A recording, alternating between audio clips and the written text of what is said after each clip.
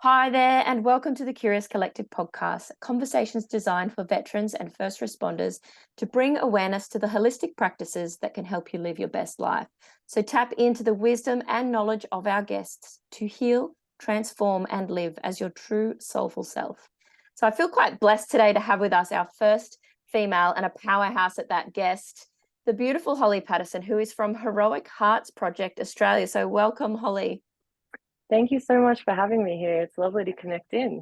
You are, yeah. Well, I love that you're here. Actually, I serendipitously found you on Instagram a few months ago, and I'm like, who is this? And followed your pages and connected with you, and we struck up a conversation straight away. So, tell us what it is that you do, and what these days is making your heart sing.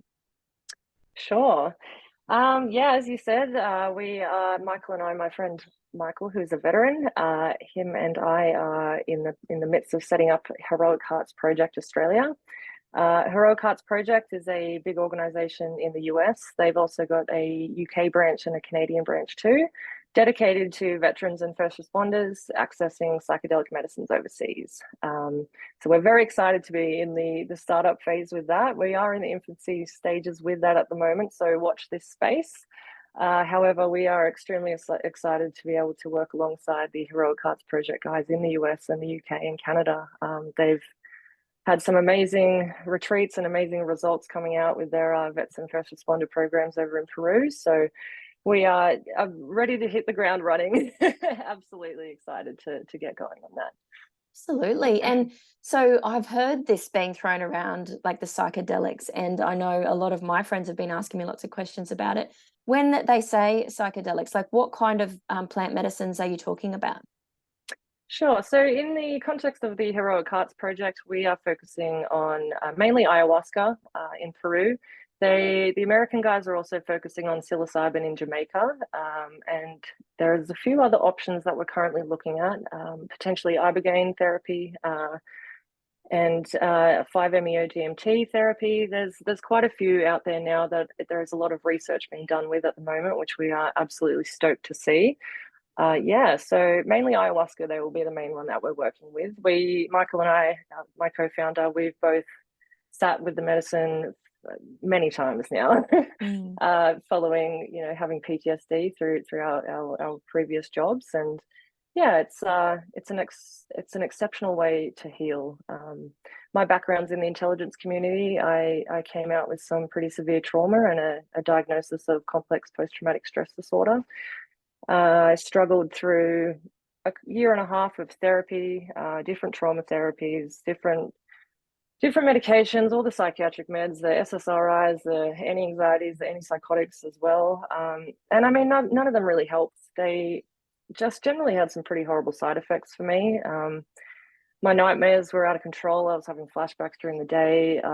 I just had no quality of life whatsoever. So I started looking at alternative treatment options when I realized that pretty much everything here had failed me and had not really worked for me. I was deemed treatment resistant, which I know a lot of people are achieving that diagnosis status, which is awful. I mean, that's sort of one thing I've learned in hindsight is that I'm not treatment resistant. I'm treatment resistant in the Western medical model, and that's all. So I mean, I had to travel overseas to Peru to have that learning and to really understand that, because I mean, labels like that aren't exceptionally helpful.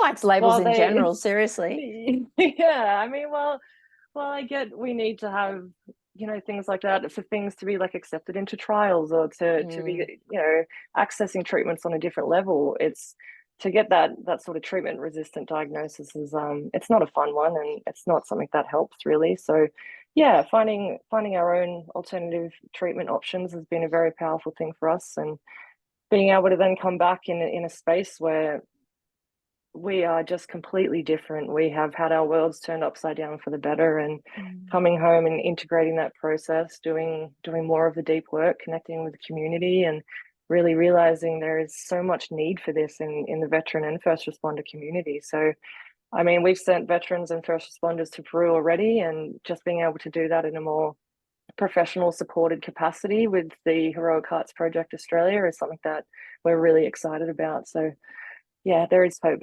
And there's like so much in there that you've just said that I just want to unpack. So we're gonna right back.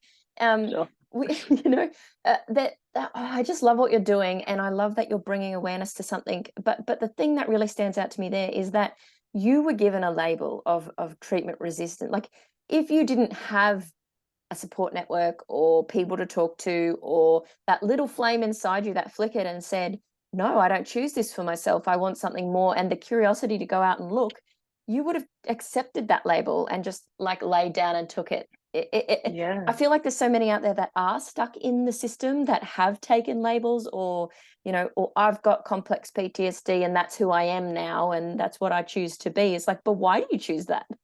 Yeah. So what ignited your curiosity and what made you look, and what was your turning point? Um, I I really struggled. I in 2018 I attempted suicide.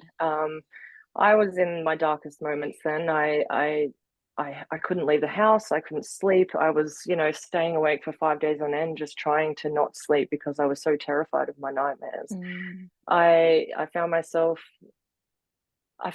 looking into trauma therapies overseas. I noticed a lot of US Marines were heading to Peru to access ayahuasca therapy. And I mean, I remember reading about it and doing a bit of research and thinking, that sounds terrifying. That sounds absolutely terrifying.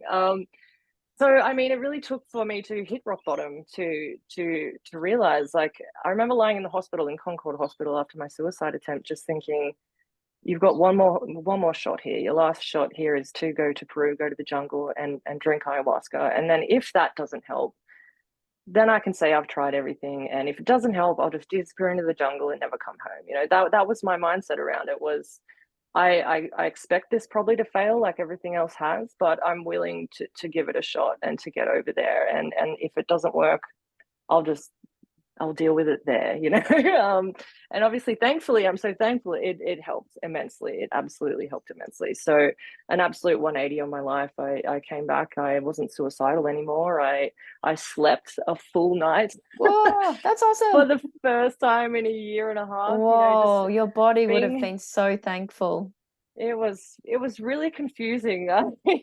I remember the first night I woke up and the sun was up and being just super confused because I Mm. was used to waking up 5 times a night in sheer terror, really, whether it was screaming or crying, whatever it was. I remember waking up that way. So, yeah, to have a full night's sleep was absolutely transformational. I mean, the flow and effects of that, when you're sleeping, when you're not sleeping or your sleep's disturbed, that flow and effect it just Oh, affects everything in your detrimental in life. so many areas of your life. Unbelievably. Absolutely. Yeah. So, I mean, just having that aspect of my life sort of back into a normal routine was Mm. absolutely amazing, let alone the processing of trauma that I did through ceremonies and the little experiences I had here and there in ceremony that really changed my life. So, yeah. Mm. And I mean, I don't know much about ayahuasca. I know a little bit. So I'd really love to talk into it. And I've heard her referred to as the grandmother. Are you able to Yes. share with us a bit more about ayahuasca? Yeah, ayahuasca is either referred to as the mother or the grandmother. She's a beautiful teaching plant spirit, and yeah, she's referred to as a her.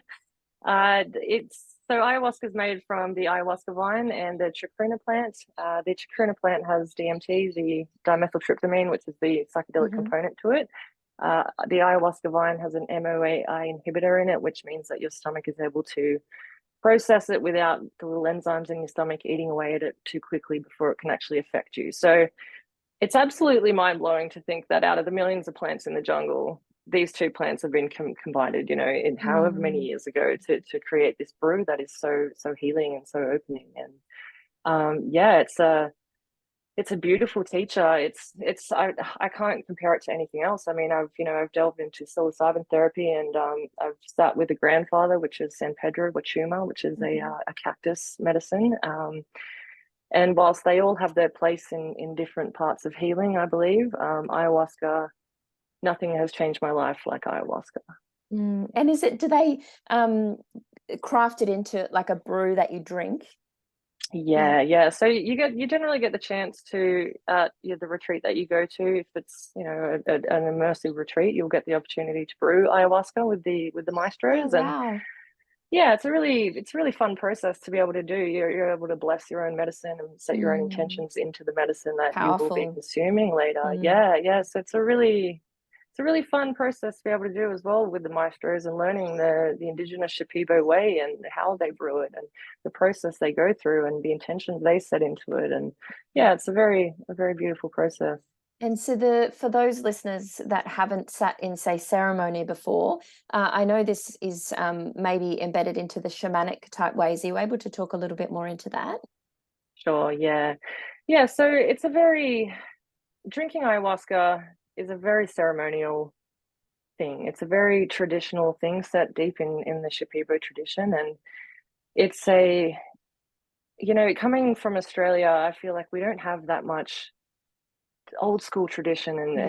and beautiful ceremonial things. And to really step into the jungle world and into the plant world, and to be able to sit in a ceremonial space where it's a very quiet, sacred space. And you go in at nighttime in the Maloka, which is the big wooden hut that you'll be drinking in. And there's a lot of quiet time to reflect. There's a lot of time to sit and in meditation and really work on the intention that you plan on bringing into your ceremony. And yeah, it's a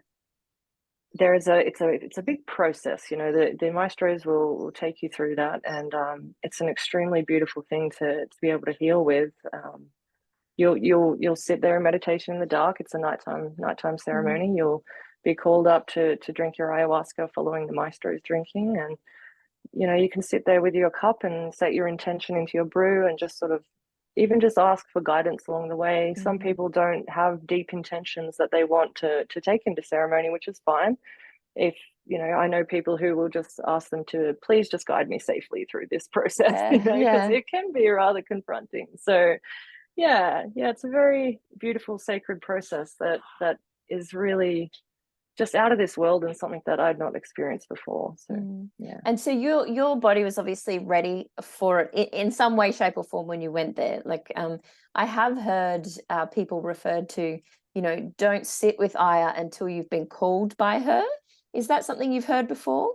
Yes, I've heard that a lot. And I mean, I do agree with that. They say, the jungle will call you when you know Mm, it's right. And I mean, whether that's you've accidentally stumbled upon a YouTube video about ayahuasca, some people take that as a calling. And if that is the mm, calling, that's your mm. calling. Who am I to say what your calling is? Yeah, My calling came from deep trauma in a space where I didn't know what else to do. yeah.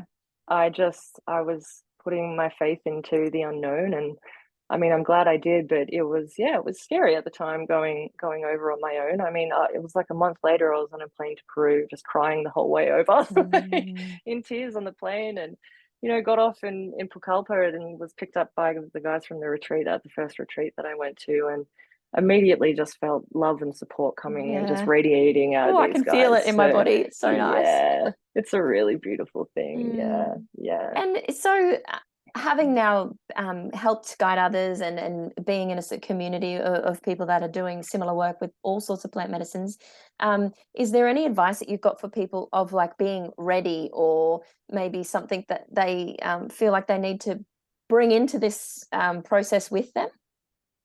I mean, the most important thing, if you are solely researching on your own, is to make sure that you are looking and researching into different retreats. Really get a good grasp on the retreat that you plan on going to. Preferably get or speak with someone who has been there before. Mm, Really look into the recommendations of other people and connect in with people like us if you do just want a recommendation for a good retreat center. Because I mean, you hear of these horror stories with ayahuasca, and when you really look into these horror stories, it's like, well, some guy was shopping in a market and some man approached him and said, "Do you want to drink ayahuasca?" And he yeah. went and he had a bad experience. And it's like, well, no shit. Like, I mean, there is months of preparation that you need Mm, to go through to sit with ayahuasca. It's, you need to get off all your meds. You need to adjust your diet for a good 3 to 4 weeks before you go. No meats, no oils, no sugars, no salts. They say to also stop any sort of sexual activity 4 weeks before you leave. That mm, includes masturbation. There's all these things that they say to do, for preparation. So you do hear these horror stories, but when you do read into them, it tends to be someone that's just been approached to go drink ayahuasca and they had an Yeah. awful time. It's, you kind of have to expect that. So, I Yeah. mean, doing due diligence and really finding as much information as you can, talking to people who have been to those retreats Mhm. previously, it's the best thing that you can possibly do, as well as really sitting down with yourself and asking yourself why you're going. Mm. Why are you being called to this? Are you there to heal trauma? Are you there to just sort of get to know yourself better? Are you there to uncover deep-seated awful memories that you've got? And if so, how are you prepared when they do come up, and if they do come up? Yeah. It's just having a support network in place too. And I think it's very important as well, potentially when coming home, to guard and sort of protect that space you're in. I remember when I first got back from my first trip to Peru, I was so excited about where I was at, and I was like, I've done all this healing and I feel so amazing, and I want to talk to people about Yeah. this. And I quickly realized that telling people too much about ceremony was actually quite damaging to my healing process. So I very quickly learned not to share everything about ceremony. Yeah. I share little bits here and there, but in terms of the whole ceremony, when I remember when I came back, I was talking to someone and I explained that a friend that had recently committed suicide had visited me during ceremony, and the looks that I got were just like, sure, like Yeah. Yeah. whatever.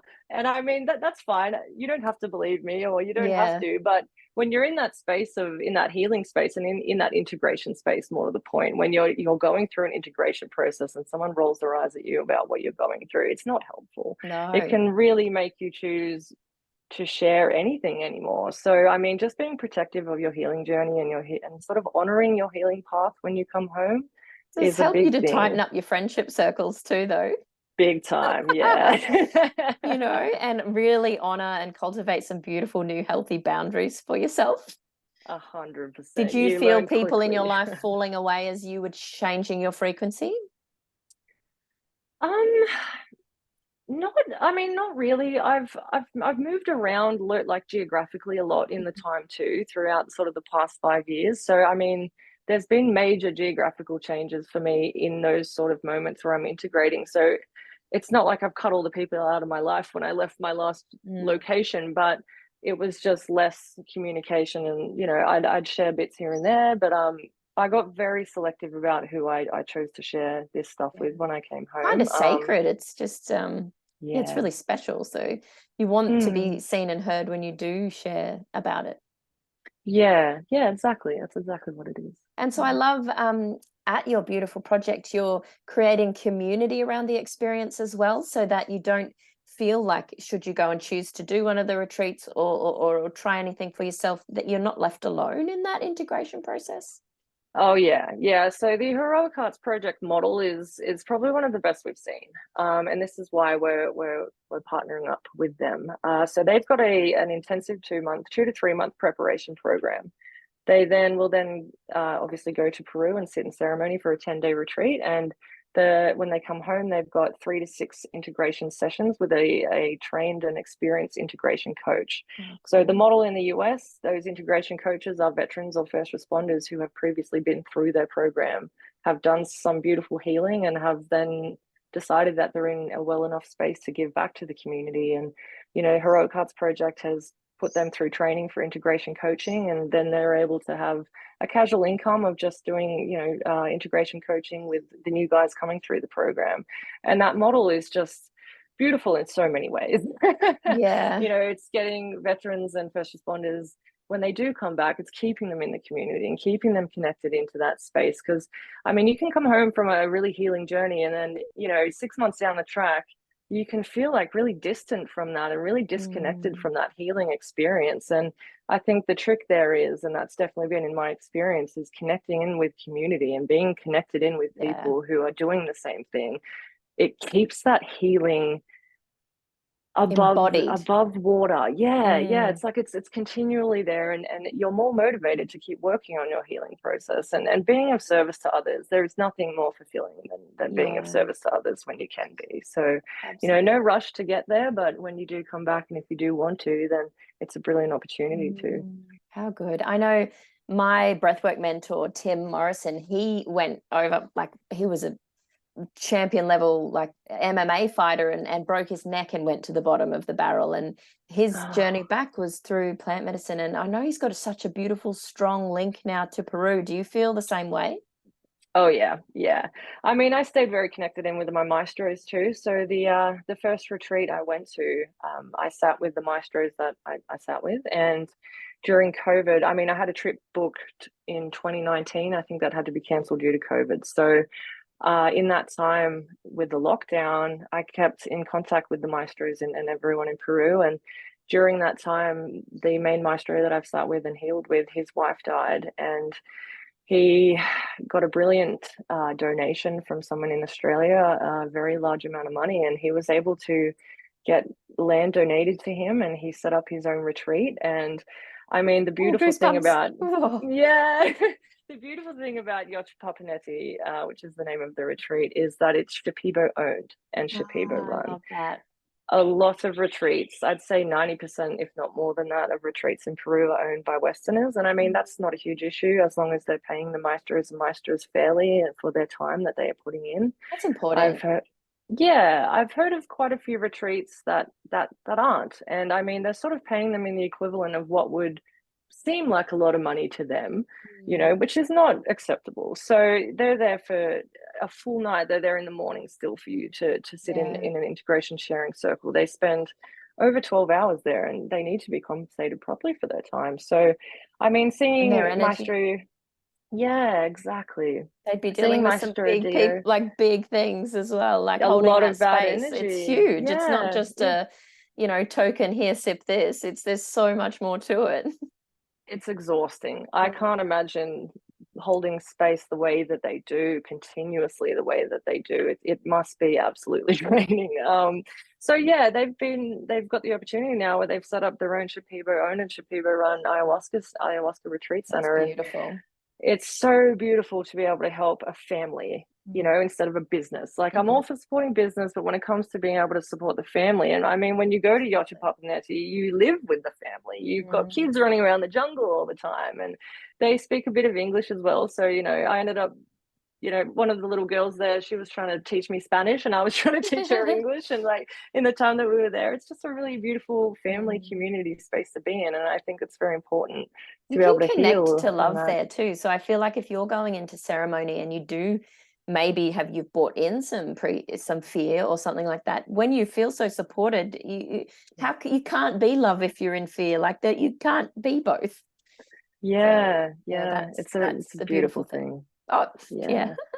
And so if people are interested in exploring this more, or trying it for themselves, or even sending other people your way, what sort of advice do you have for those that are curious around this?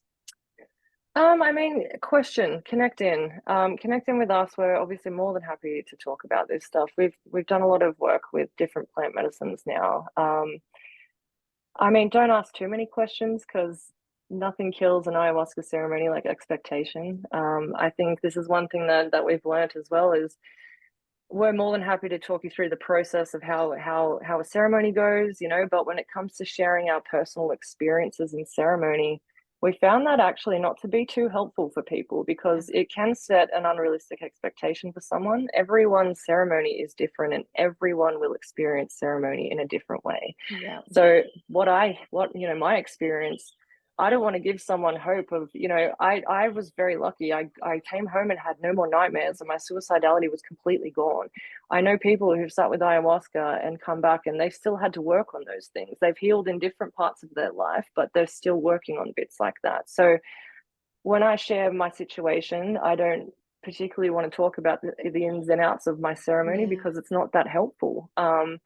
I can probably give you a loose expectations on what to maybe expect. The little things, purgings during ceremony, the need to use the bathroom more frequently, the facilitators and the space being held for you. But when it comes to the actual process itself and the experience itself, we found it's not that helpful to talk about our personal It makes experiences. complete sense to me because you don't want to front load yourself.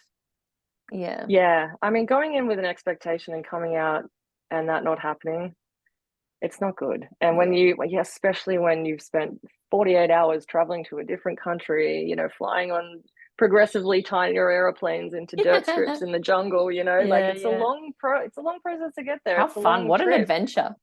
It's a lot of fun. It is. But I mean, if you go through all of that and you for some reason come out and you feel that you failed ayahuasca or you failed yourself somehow because you haven't healed this part or you didn't experience that, it's not realistic. So I mean, connect in and do the research as well around retreats. And there are some really great people who have made great videos around what to expect, that we're happy to share with people if they want to. But yeah, just sort of do your due diligence and connect in with people who have experience with it, I think is the main thing. And when I say experience, I don't mean someone who's gone to one ayahuasca retreat. Yeah. I'm talking people who have years of experience with it, have sat in different retreats in different places in different ways with different healers. It's important. Yeah. Absolutely. And I feel the thread that you mentioned right at the start that's so important that we really need to speak into is intention. So, knowing what you want, the outcome of it, and really setting that in your heart, or, chatting with a mentor or someone you really truly cherish and value to get really clear on your intention before you set out on anything like this. Yeah. Intention's huge too. I also feel though, with intention, I've had ceremonies where I've set my intention and my ceremony has not even touched on that intention. So at the same time, while setting intention is definitely a great thing and it gives you some direction for your ceremony, don't be too upset if it doesn't go in that direction. You'll be shown what you need to be shown no matter what. You will be shown. Yeah. Non-attachment, remaining open, but grounded at the same time. Exactly. And I mean, look, ayahuasca can be really confronting. It can be a scary thing to do. And I mean, when you've got a support network around you like you do at a retreat and you've got facilitators in there, if you need to have someone holding your hand through those moments, that's okay. In my last ceremony, I've drank ayahuasca probably 15, 20 times. And my last ceremony was easily the most intense ceremony I've had. And I didn't know where I was. I didn't know who I was. I didn't know anything. And one of the facilitators came and sat next to me, and she put her hand out and I remember holding it and I just mustered the words like, "Don't leave me." Please don't leave me, And I mean, that's okay. It's something that people think that the further you go along with sitting with plant medicines, the less scary or the less intense, or maybe the more experienced you're going to feel going into it. But it doesn't matter where you are or how many times you drank ayahuasca. She will show you what you need to be shown. And if that's a process where you need to get owned a little bit, then that's a process that you need to get owned a bit. I like how you referred to that, getting owned. Yeah, I have had that happen to me in ceremony before. And that's why whenever we talk to people about going into ceremony, it's like, you should be scared. If you go into an ayahuasca ceremony fear-free, completely, even a little bit cocky or arrogant, you're gonna get owned, and you're gonna be shown that this is not the right way to enter into ceremony. You're gonna be shown the little things here and there in your life where potentially you've had this arrogance or this cockiness around you, and it's not served you well. Yeah. So, it might reflect onto other things. It's a really beautiful thing. Yeah, so cool. I love what you have shared with us here today, and I know there are a lot of people out there asking a lot of questions, and that more is going to come out as this goes on. I know you briefly touched on before we came on to recording that they're actually playing with the idea now. I think it might have been passed, of using plant medicines here in Australia. Can you share with the listeners a little bit about that? Yeah. So July 1st, the TGA's rescheduled psilocybin and MDMA. MDMA has been rescheduled for treatment-resistant PTSD, and psilocybin has been rescheduled for treatment-resistant depression. Now, this is a great first step. I have to say that it's a great first step. We've been advocating for the past couple of years for this, sharing our stories with the media, reaching out to people in Parliament, speaking where we can about this, and it is a good first step. However, I'm sure most people have heard and have seen accessibility is going to be a massive issue. We're looking at, there's been between 6 to 8 applications to the TGA for approval and permits to be working with the medicines. So far, no one has been approved.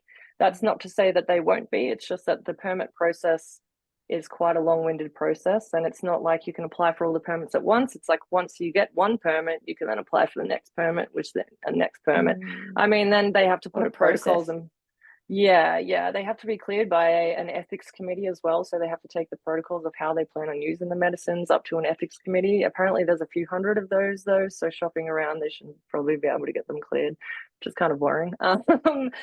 But yeah, so the predicted costs have been between $15,000 to $25,000 for two dosing sessions.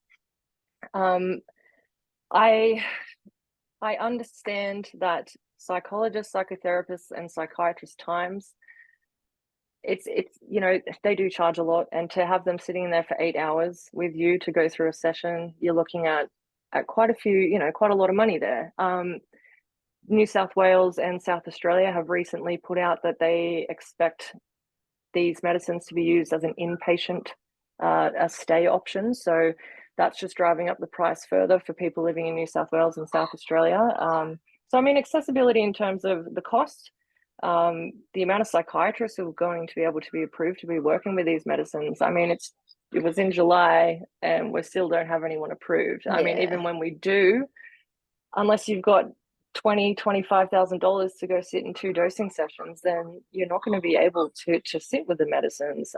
You also have to prove that you're treatment resistant, that you've tried a range of different medications and trauma therapies. So it's a great first start. It's a good step. It's a whiff of it in the air. Yeah, it's just not, it doesn't align with you know, the people who need this the most do not have 20 grand to go sit in therapy. Absolutely. We don't see work cover or DVA stepping in to be covering this anytime soon. There was a prediction put out the other day around when this might get put on the PBS, and they've looked at that for at least a 10-year projection with Medicare getting involved. So potentially in 10 years, there might be a bit of subsidization done by Medicare. However, again, that's too long away. We've got just make it too many accessible, people here. goddammit. Yeah, exactly. So while it is great that, you know, we're sort of being heralded as the leaders now in the world with this, and it's not to say that I don't think we are. I think it's just that we're being given that label because we're the first country on a federal level to reschedule these. I mean, you look at America, there's places like California is about to decriminalize entirely for all plant medicines. You've got Colorado who have already done so. There's a few states, and there's even a few regional counties that have allowed and really reduced the sentencing or any sort of criminal activity or criminal prosecution around accessing plant medicines. So, I mean, whilst we are leading the space kind of at a federal level in terms of therapy, we're not leading the way in terms of accessibility or having the freedom to explore your own consciousness, which I think is a big part of this. I believe that we should be able to explore our own consciousness, whether that's in altered states or not, and to do that from a space where you're not facing in prosecution is a big part of that. These medicines are proving safe is a huge part of it. If you're not feeling safe, 100%. then you're not going to be able to get the most from that. Yeah. And I mean, that's why we're doing what we're doing. It's not to say that we don't support the Western clinical model. The research is amazing. I mean, just yesterday, MAPS in America, they've just finished their phase 3 trial with MDMA and PTSD. And this is really good timing, actually. It was just published yesterday. And they had, I think, 104 participants they put through. I think it was 53 received MDMA and the others received a placebo. And at the end of it, 71% of the MDMA control group no longer fit the criteria for PTSD. That is high. And we're talking 71%. Right? Yeah, it's high. And I mean, we're talking people who were listed as having moderate to severe PTSD for around or on average of 16 years. So people who've been dealing with severe trauma or moderate to severe trauma for 16 years, to be able to have 71% of people come out no longer fitting that criteria for the diagnosis is absolutely a breakthrough thing. I mean, we can't deny that. And it's brilliantly exciting. It's a very exciting thing to be in. It's just, so it's just the accessibility side of things here. It's just not where we need it to be. And I mean, in terms of the Heroic Hearts Project and what we're doing, we're happy to still be able to provide information about local trials and stuff here, but our focus is really on the traditional shamanic version of healing with psychedelics. So we've done our healing down the traditional shamanic path, and being able to heal in that space is why we've healed so well. We, you know, being in the jungle, there is a lot to say about being in the jungle, being disconnected from the Western world, away from your phone, away from civilization, just in nature.